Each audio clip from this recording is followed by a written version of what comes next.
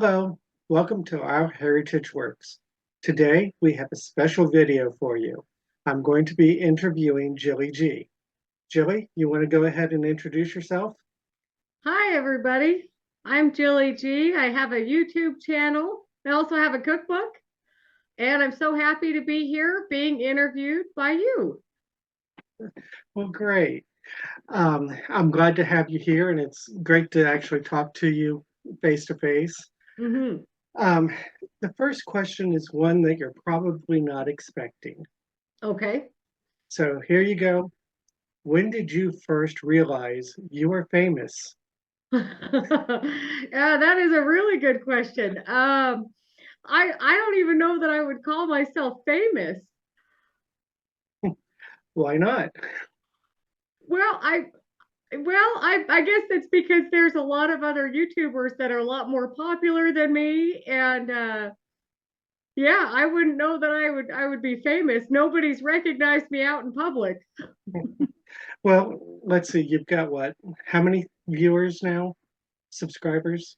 Subscribers, I've got about 13,800 something. So, And then you've got a cookbook, and I happen to know that it's out and about. I've seen people mention it here mhm. and there. So I would consider you on at least on the edge of famous. Well, thank you very much. I guess I don't really feel famous. Like I said, I've not ever gone anywhere in public and had somebody say, "Oh, I know who you are." It's coming. I don't know how I feel about that. Okay, so you've got this YouTube channel. Hmm. Um, what's the goal of your channel? What is it that you do, and why do you do it? And tell us about your channel. It's all cooking. I would say maybe just a teeny tiny bit of gardening, but usually it's just to go out in the yard and get it and then make something with it. And my goal for the channel is I don't really have a set goal in mind. I mean, I'd like to see it get bigger for sure, but mostly I just enjoy helping people and it's something I love to do, which is cooking. And it's a win-win. And it's a specialty cooking channel because of course it's gluten free and I don't use sugar either. Okay. And which I always find interesting that you don't use sugar, you don't use yeast. Yeah. Um, and so I look at your channel when I go, okay, what would Jilly do on this? How Hmm. would I convert this recipe? That type of thing. So um, I have a favorite video that you've made. Okay. I'd like to know what is your favorite video that you've made, and which one do you think, you know what, I really need to go back through and just redo this one? Hmm. I would say I think my bloopers video that was my 2 year anniversary this year, that was a really fun one to put together. I go back and look at all of the mistakes I've made and it was a lot of fun to put together. And for one that I would redo, that's a really tough one because I feel like I'm always trying to do a little bit better. And cookies are cookies and cakes are cakes, and those I feel like I've done a really good job of converting those and really consistent results. I've made my chocolate cake I probably 1,000 times, and pies I've made so many pies I can't even count how many. But I think if I had to remake one, it would be my English muffins. I think they were really good, but I think they could stand a little bit of work and just make them a little bit better. And I think that's just the nature of gluten free is I'm always kind of looking for something that might be better. I do have my tried and true favorites for sure, but I think we can all have some room for improvement. I'm going to have to go back and rewatch the English muffin one and see what Mhm. I think of it. I remember watching it, but I didn't think it was that bad. I think it's mostly the fact that gluten-free baked goods, they don't last as long as regular baked goods. They don't have all the preservatives, and even more so the way that I make them.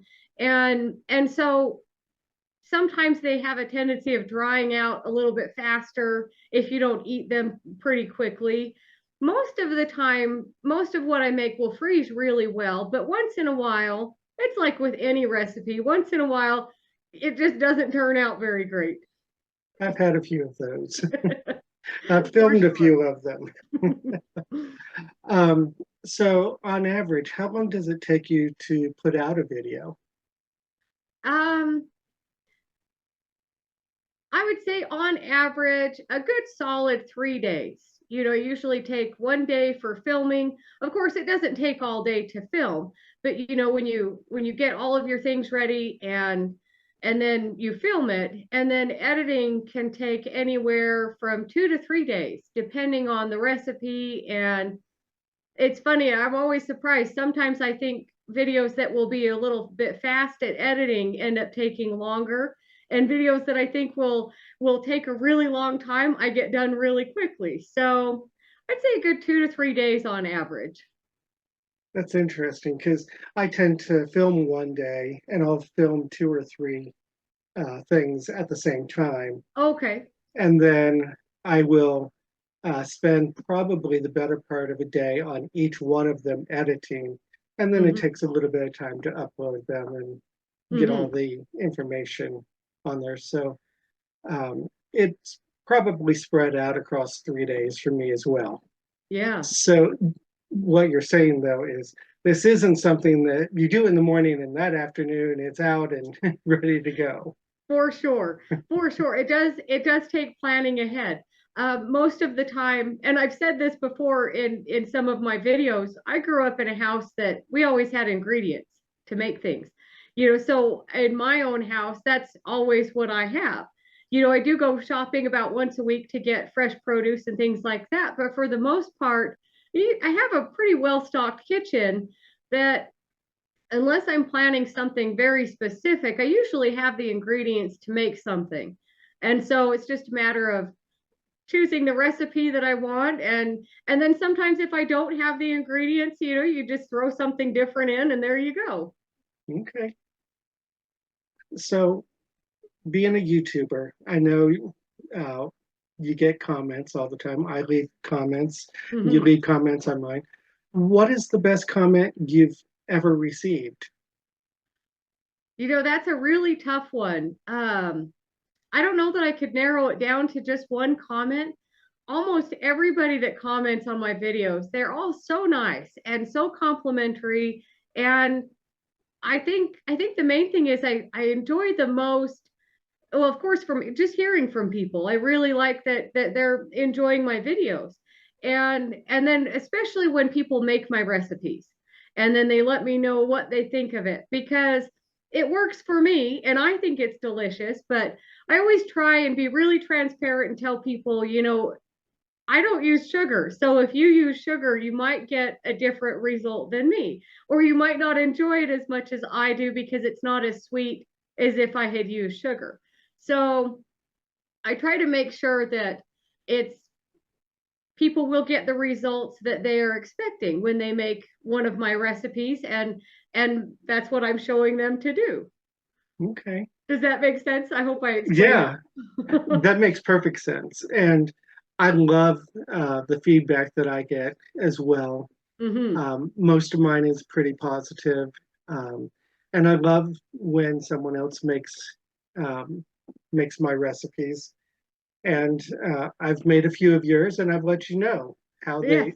they've done. So I haven't seen too many negative or nasty comments on your channel, but I know a lot of Mm-hmm. channels do get them.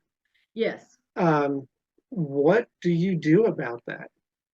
Well, I guess it depends on the nature of the comment. I appreciate, even for example, if somebody tries a recipe and they have trouble with it. I usually will try to help troubleshoot, and sometimes it's not anything that I've done or that the other person has done. Sometimes it's just the nature of cooking, and that's the way it goes. And I think with any YouTuber, you get the regular spam comments, where they're uh, not desirable comments to have, and sometimes you can report them or just remove them. And those are usually ones that are not really anything specific. So but for the most part, I usually don't remove comments at all, even the negative ones, because if somebody is looking at my video and they're looking at the comments to see if people have tried making my recipe, I want people to see that somebody had an issue that maybe didn't turn out so well. So I like to leave even the negative ones on there, and everyone can make up their own mind and what they think about it. Right.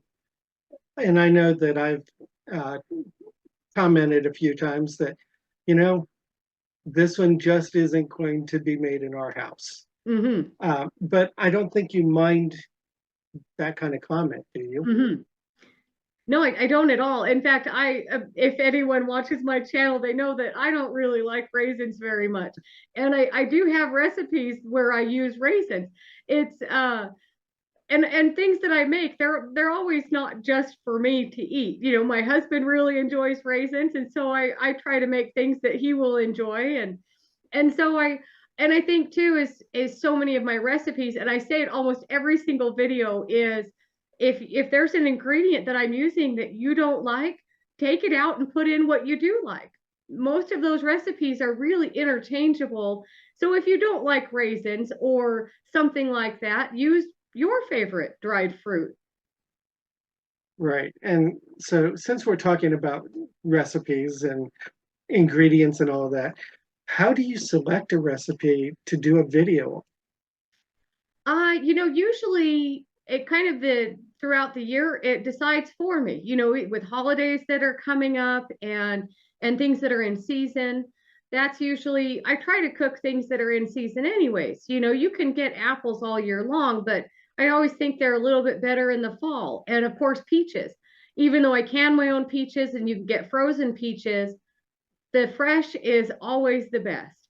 And so I tend to make recipes with ingredients like that when they're in season. And then again, that goes back to the time frame. I try to get those recipes that do use seasonal items out a little bit quicker because they are in season. I don't film a month ahead a peach pie that they're not going to be in season when the video comes out. Or at least I try to do things like that. So that is usually kind of a helpful thing on deciding recipes. And then sometimes it's just what I'm in the mood for. Well, I haven't had this for a long time. Maybe I'll make this time. And I haven't filmed it yet, so I can do that too. So if you want enchiladas tonight, you'll go, hey, why don't I just film it? Exactly. And I've done a few of those that I'm craving this, craving that. Now, I also purposely look for old cookbooks. And when I find them, I find that I sit there and scour through them and look for recipes that sound good to me. I know I did one for a chowder that was from John F. Kennedy. Okay. And when I looked at it, I went, wow, this is different than any I've had. I've got to try that. So I actually print mine out or will set it aside. I'll make sure I have a physical copy of it to then proceed, which goes into my next question is once you have a recipe, because I'm assuming that you don't have all of these recipes memorized, that you're looking at recipes as well. Oh, absolutely. Even my chocolate cake I mentioned, I've made that a bazillion times. I still have to double check the recipe. Pie crust is another story. I know my pie crust recipe off the top of my head. There's minimal ingredients, and that one you can just throw together. But I will say I always look for the older cookbooks as well. I've always enjoyed looking at cookbooks, and I really like the older ones. They're just better, I think. And all recipes started somewhere. So even if you think you have a new modern recipe, chances are it started somewhere else years and years ago, and somebody tweaked it a little bit to make it their own. And here you have kind of a new recipe that's not really new. And I think we all do that. And that's part of the fun of cooking is you make it your own, but it all started somewhere. And and I think when I'm converting a recipe, I almost find that it's easier to convert a recipe to be gluten free and using honey or alternative sugars than it is to follow an already gluten free recipe. And that's just what I found to be easier. I usually will look at some gluten free recipes, and I actually have a couple of different gluten free cookbooks, but I rarely use them. I know it sounds really interesting because that's what I do for my channel, but it makes it easier for me. I feel like I have more success converting an older recipe than a newer modern version.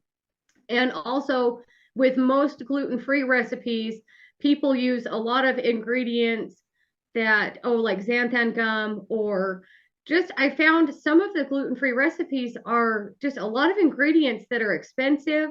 And I don't like to buy a certain product for just one recipe. And I think a lot of people do that. It's expensive. So I try to just make do with what I have. And I feel like I've been pretty successful at that. Yeah. And it sounds like we do something similar as we're going through.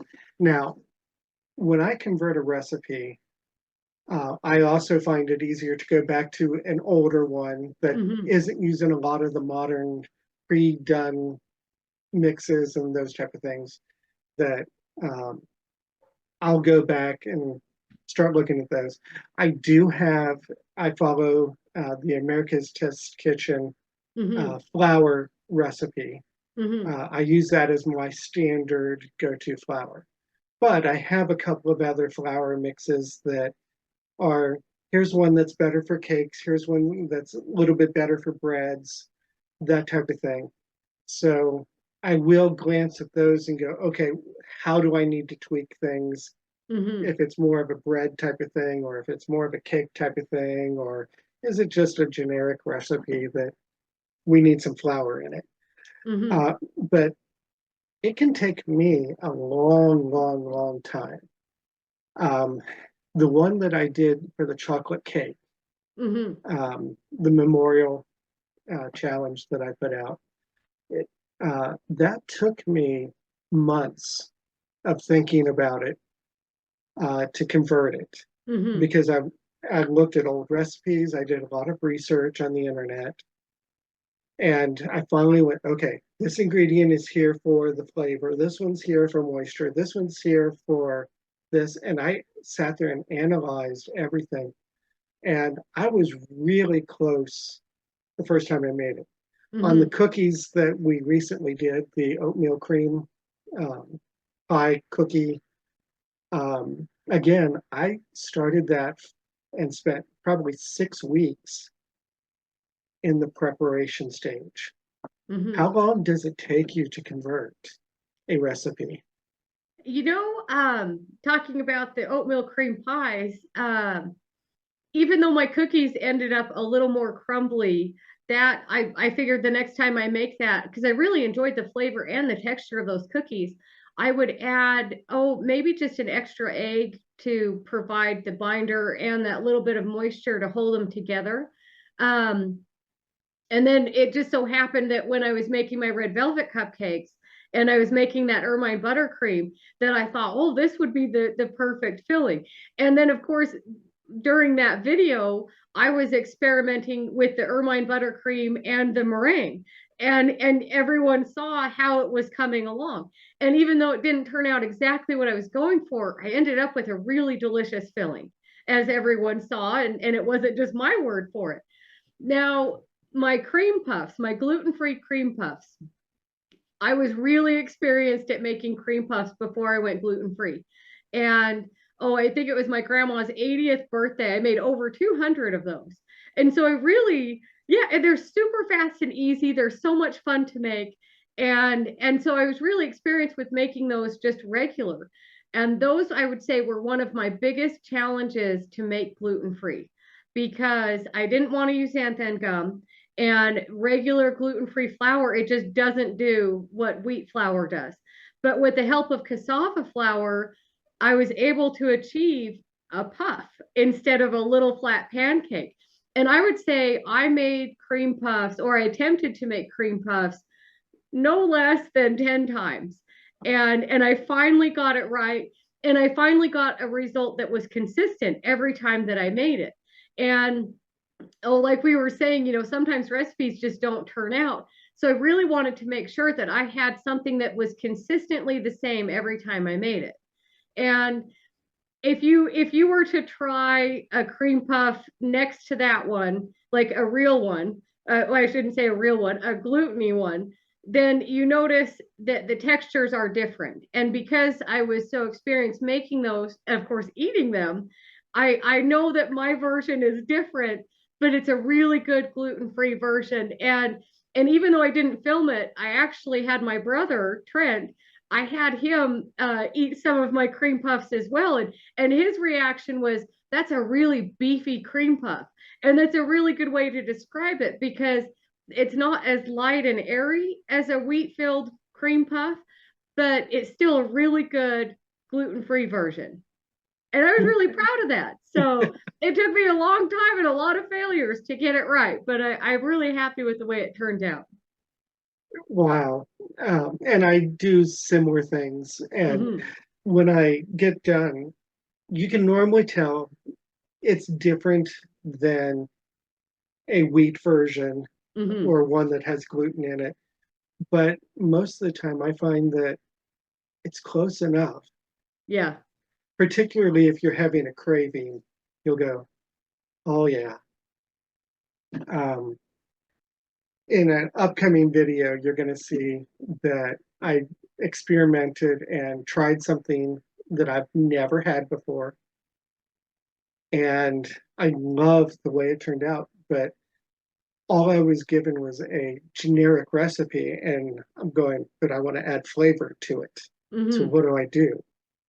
And so I used my background of how much I've done other things, going, okay, maybe it's close to this, maybe it's close to that.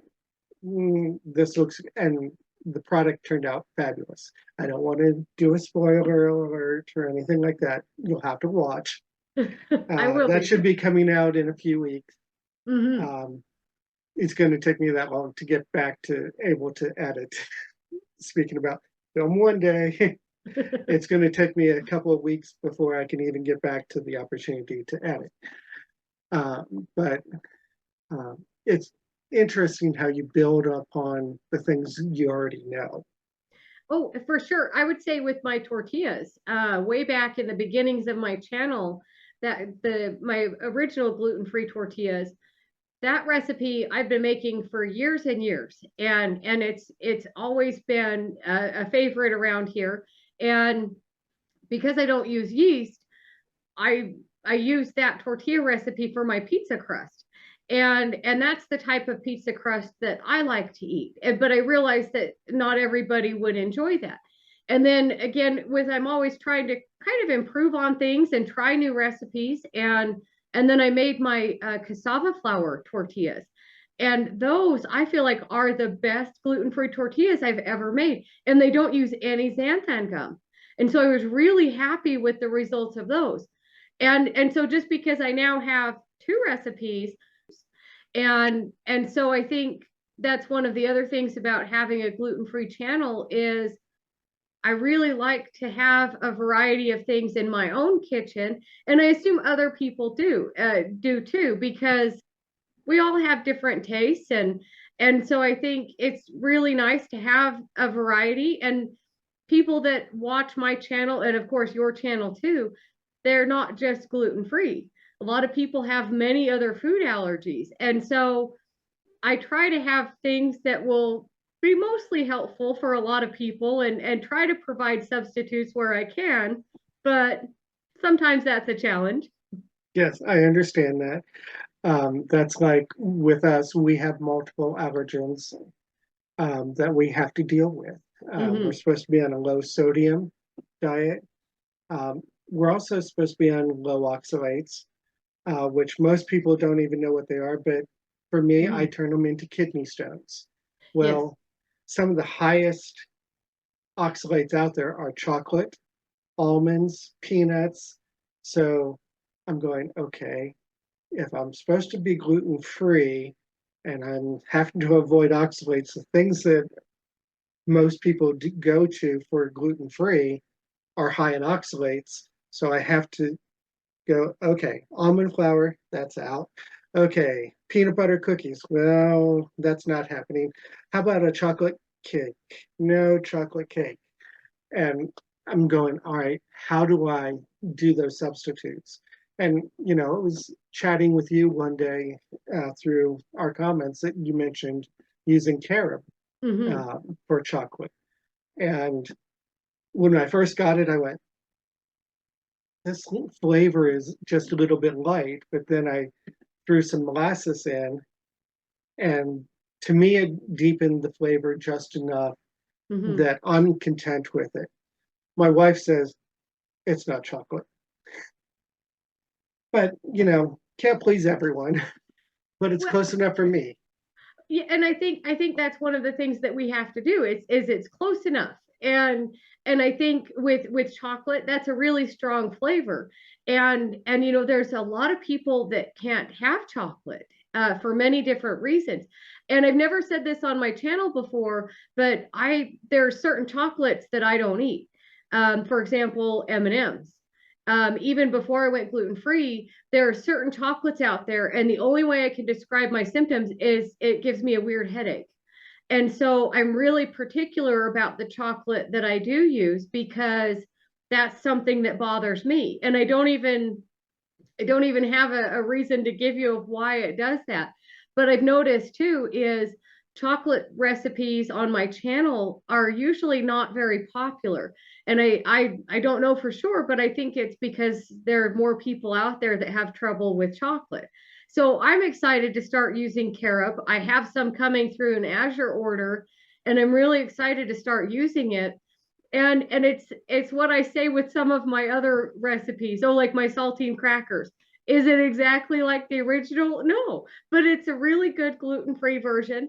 And even if somebody might not enjoy what I've shown them, I'm hoping to give people the tools to experiment in your own kitchen and turn it into something that you do enjoy. Even if you don't like mine, it's still giving you certain steps to help you achieve your goal.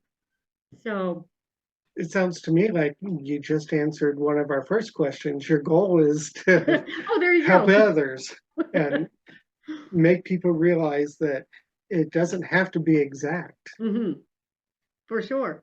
I mean, can be good even though it's different. Yes. Okay. So, what kind of food are you interested in doing in the future, and what would be a challenge for you to make?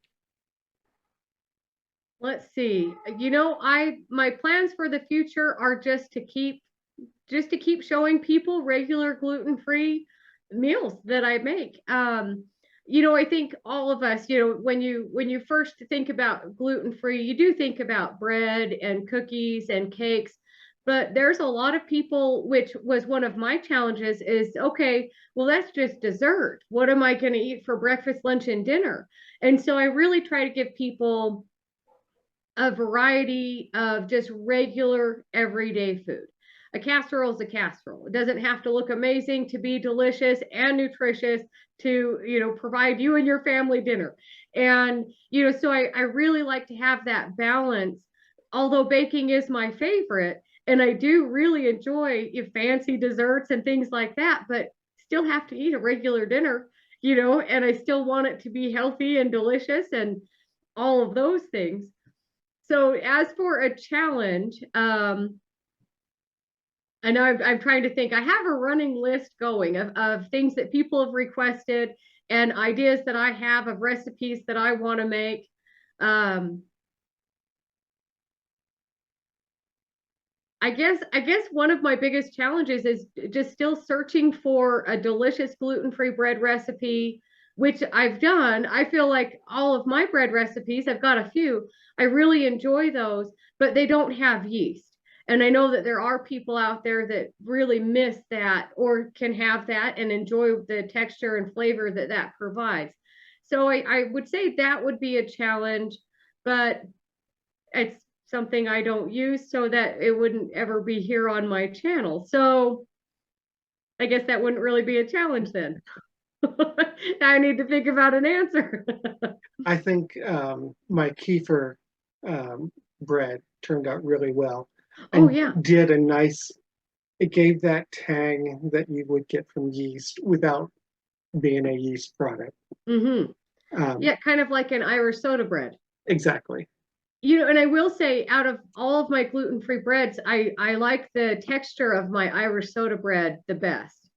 Even though it's not really a traditional, sandwich sized loaf, but that's all right. It's not anyways, where it originated. It's more made in a cake pan anyways, but Yeah. still, we always have room for improvement. Right. Okay, now's your opportunity. What's your channel? And tell us all about you for everyone at home to know how to get in touch with you or to watch you. I am Jilly G's Gluten Free YouTube channel. I'm on Instagram. I also have a cookbook. All of that information is on my channel and usually in my description box. And I make gluten free food for everyone to enjoy. Okay, and I'll have links to your channel, and I believe you normally have your cookbook linked in Mm-hmm. your description. If you haven't seen her book, it is fabulous. I normally have it sitting right next to me, and I don't see it today. I think I had it out yesterday for something else. Well, thank you Uh, so much. I actually use it quite a bit. Most of the time, I find that I look at recipes as a guideline rather than a law. Yes, absolutely. And the funny thing is, I use my cookbook all the time too. It was a win-win for me when I was putting it together. And I've mentioned in my other videos, I have so many pieces of paper and sticky notes in all of my cookbooks from conversions I've made and notes I've made.